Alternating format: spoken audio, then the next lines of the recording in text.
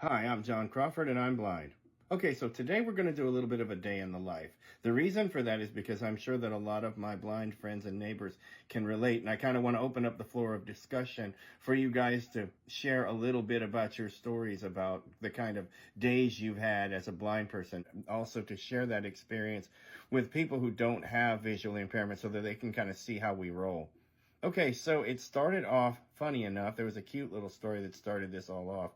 My mom and I had gone out this afternoon to do some shopping and grab some food. And while I was in the store, she was talking to an old friend of hers that I had never met.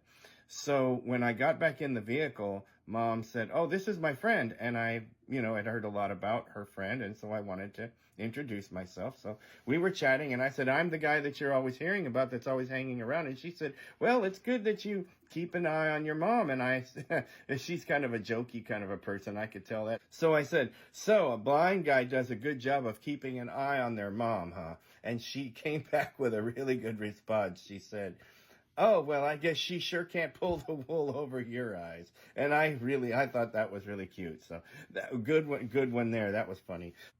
Moving on into the rest of my day, I was leaning over to pet my cat and I misjudged the distance, and I didn't really realize that I was standing very near a door frame, and I came down really hard on my forehead and hit my head really, really hard coming down. That's not something I've ever done before, but with the vision loss that I'm experiencing, I'm having more incidents like that. Well, it gets even more interesting. And so I was going through and I walked up to where I thought my cat was, and I went, "Kitty, kitty, kitty." And it turned out to be my daughter, who was visibly annoyed with me. I guess if you could say visibly annoyed. She kind of poked me, and then I said, and I stepped back and I went, "Oh no." And she said, "She's over there."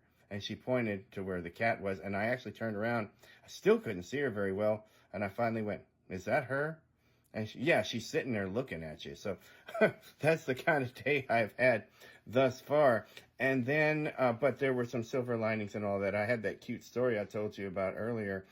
And then I was able to get a hold of the Library for the Blind today, and I've got some primer materials coming, grade 1 uncontracted Braille that I can start reading on. I told her I didn't care what kind of stuff it was, whether it was, kids' books or whatever, but I just need some simple stuff to read. And I got my Braille displays ordered. They are they're called Zoom Max Braille displays. They're really more of an e-reader than they are a full-on Braille display. You can't save data files to them or anything like that, but you can load books on. You can use they have an SD card slot and they have a USB slot, so that you can put flash drives on there and you can get books downloaded from the library. And it has a 20-cell display across. So that what that is 20 Braille characters across, for those who don't know, so that you can read a line of Braille or so at a time. These are not given to us. These are not ours to keep, so I have to return these if I ever find I'm not going to use them. That's how they work, but they are provided for us for as long as we need them. So that was a pretty cool thing that I had going on today. If you have stories like these, please share those, because it does help. It's another important aspect into educating the public about what blind people deal with and how people can best help us. Okay, guys, if you have any questions or you want to talk about anything, leave it in the comment section. Write me a PM. I'm good for that, and we'll talk to you later.